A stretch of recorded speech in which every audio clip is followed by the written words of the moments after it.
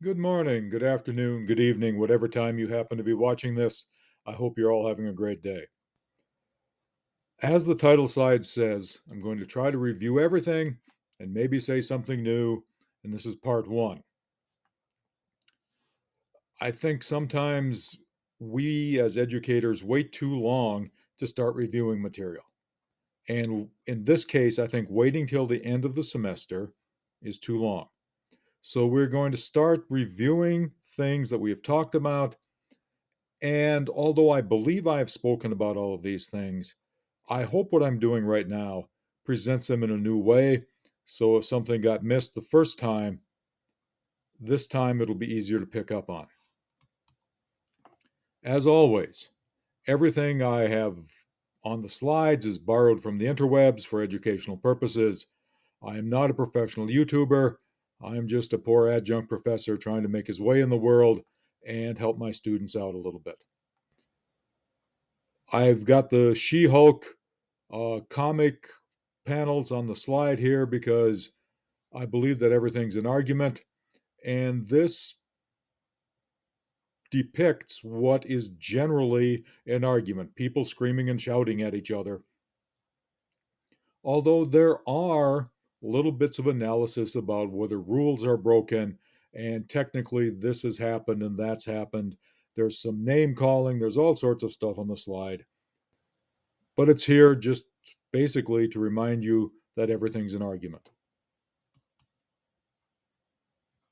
And I want to start with what were we doing and why? What happened throughout the course of the semester? A lot of the quotations here were taken from the textbook that I used a year or two ago called Everything's an Argument. And I hope that it's a reminder for all of you that everything is an argument. Let's begin with this idea of you are writing for an academic purpose. And especially with the summary response paper, with the definition paper, with the upcoming um, paper that's talking about cause and effect, there should be an appeal to reason. We don't want to have faulty causation. We want an appeal to reason. I've asked for formality. I've tried to speak to people or write comments about avoid the gonnas, the wannas, try to have complete sentences, those sorts of things. Granted, with the narrative essay, we certainly focused on the author. And with the comparison and contrast essay, we focused on the author because it was your expectations of fulfillment. But the response, the summary, and certainly the compare and contrast, or excuse me, the definition, the focus should be on the topic. And it'll be the same with the comparison and contrast. The focus should, or excuse me, on the uh, cause and effect. The focus should be on the topic. I've spent a lot of time talking about short, not shallow, straightforward language, using strong words, and avoiding the little mistakes, avoiding the grammatical errors, trying to make sure that all the I's are dotted and the T's are crossed. Second, remember that everything's an argument, and remember that it expresses a point of view. All an argument is a point of view. It's not the swearing, it's not the screaming, it's not the shouting. It is a point of view. And it's a point of view that requires or asks for some form of acknowledgement. Everything's an argument. And I've asked you to make that argument with claim data warrant throughout the entire semester, whether you're talking about your personal expectations and how they were or were not fulfilled, whether you're talking about a definition, whether you're summing somebody up or responding to somebody, claim data warrant. I maybe haven't done enough to talk about the why bother. I believe that A, everyone has to express their ideas effectively and persuasively. B, analyzing the claims, looking at the data, seeing whether there are warrants that connect the data to the claim, rather than just spouting off a bunch of words that sound good or saying things that you agree with and you don't look at the reasoning behind what's being said, and is a way to protect yourself against being manipulated by others. So, being able to express your ideas effectively, watching out so that you're not manipulated by others, and being able to think for yourself, not letting other people push you into spots where you don't want to go. Uh, One of the first presentations we had this semester was how to think. Thinking for yourself, not being manipulated by others, not allowing, whether it's a friend group or larger forces of propaganda, whatever it is, not allowing them to manipulate you, I think, is an important element. I firmly believe that everybody needs a BS detector. Whether it's just to recognize and avoid clickbait, whether academically you want to check the source for reliability, in your own writing, are you looking for and questioning the unstated assumptions you're making? Are you distinguishing between what can be checked and what can't be checked? And are you avoiding the either or and perhaps understanding where things can come together? All of that is part of detecting BS. All of that is recognizing that everything's an argument. That's why I think this class exists. That's why Comp 104 exists. That's why the liberal arts exist, or one of the reasons. I don't know if I've done enough to talk about audiences. So, in some ways, going into the idea of review and something new and questioning why not, let's talk about the audiences for a second. Who is your audience? Writing for the gentleman on the left might require a different vocabulary, might require different points, might require a different argument than writing for the gentleman on the right.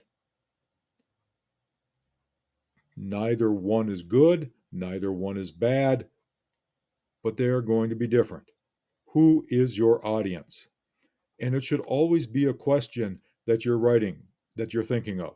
If you're sending an email to your boss, it's far different than sending an email to your mom, and sending an email to your mother might be far different than sending an email to your significant other. Who's the audience? Who are you writing for? What's the vocabulary you can use for each of them? Everyone, each and every one of us asks this question. What's in it for me? What do I get out of this? Some of you have told me that Mount Marty, what's in it for you at Mount Marty is more years of playing sports. Some of you have said that what's in it for you at Mount Marty is a chance to go to grad school. Some of you have said it's a chance to prepare for a career. Audiences ask that question all the time. What's in it for me? Earlier, I'm offering the idea that this class is about BS detection at some level. That's what's in it for you. Becoming a better detector of the BS that's trying to manipulate you. I hope that that's enough. Communicating better, I think, is always a big part of what should be in it for you in this class. All right? And obviously, what's in it for you is there's a requirement that the university has. You have to fulfill that requirement. So, whether it's something mundane or whether it's something a little ethereal like BS detection, either way, I hope that you understand that all audiences, what's in it for me? What do I gain from this? And different audiences need different answers. On the right is Weird Al Yankovic from his video First World Problems. What's in it for him as somebody experiencing first world problems, especially the idea of not having exactly what he wants on a breakfast menu or a lunch menu or whatever differs a lot from an obviously well-off woman, judging by the vehicle and judging by the clothes, but who has a whole host of other problems, including 3 children to manage, a career to manage, again, judging by the clothes, a whole host of different problems than a guy sitting in the restaurant trying to figure out how many waters are on the menu and whether the one he likes is there. They're two different things. She probably needs a spa more than she needs to worry about what's on the restaurant menu. What each audience needs is different, okay?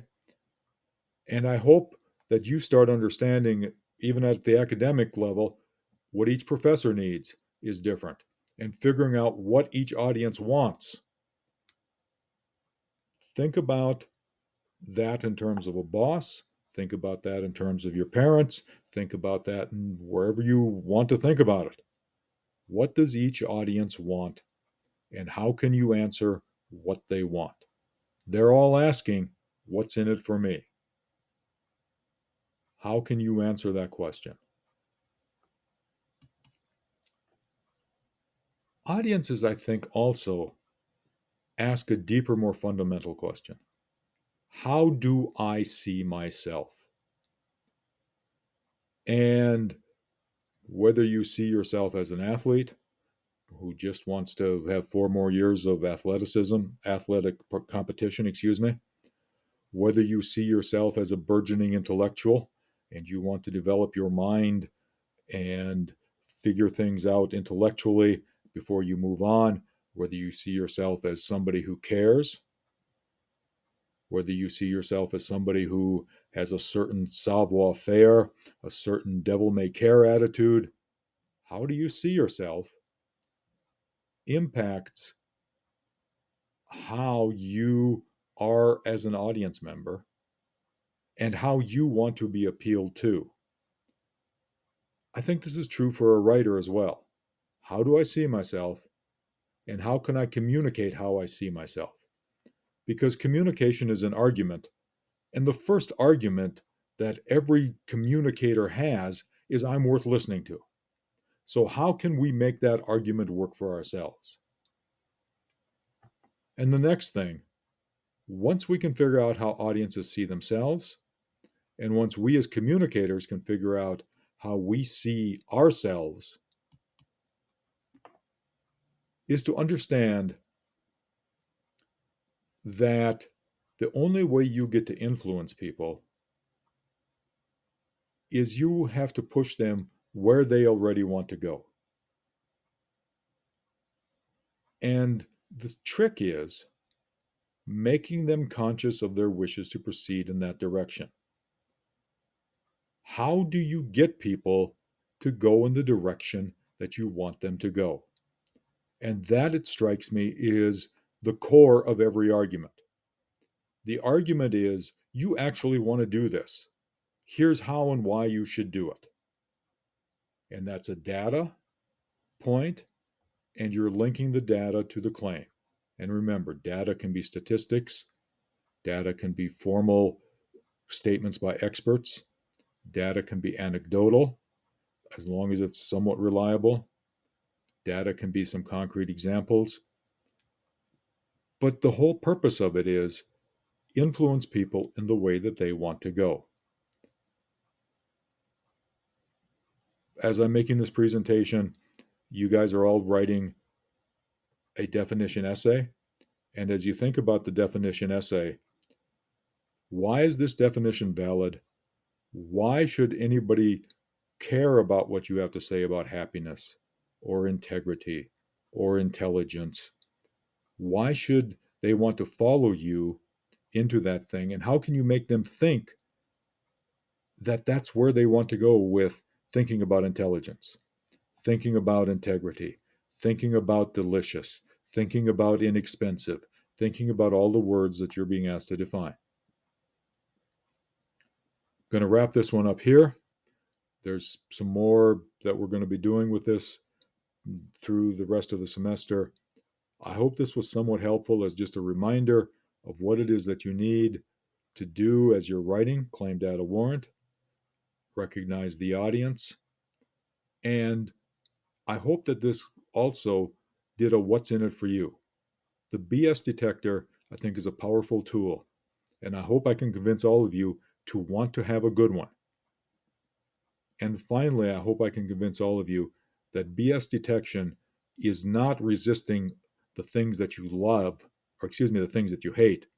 It's also working to resist the things that you actually think you love and agree with. Both can be BS. And detecting and then working to deal with the ramifications of that are a big chunk of it, all of it. Hope everybody has a good one, and we'll hope to see you all in class, and we're going to pick up parts of this throughout the rest of the semester.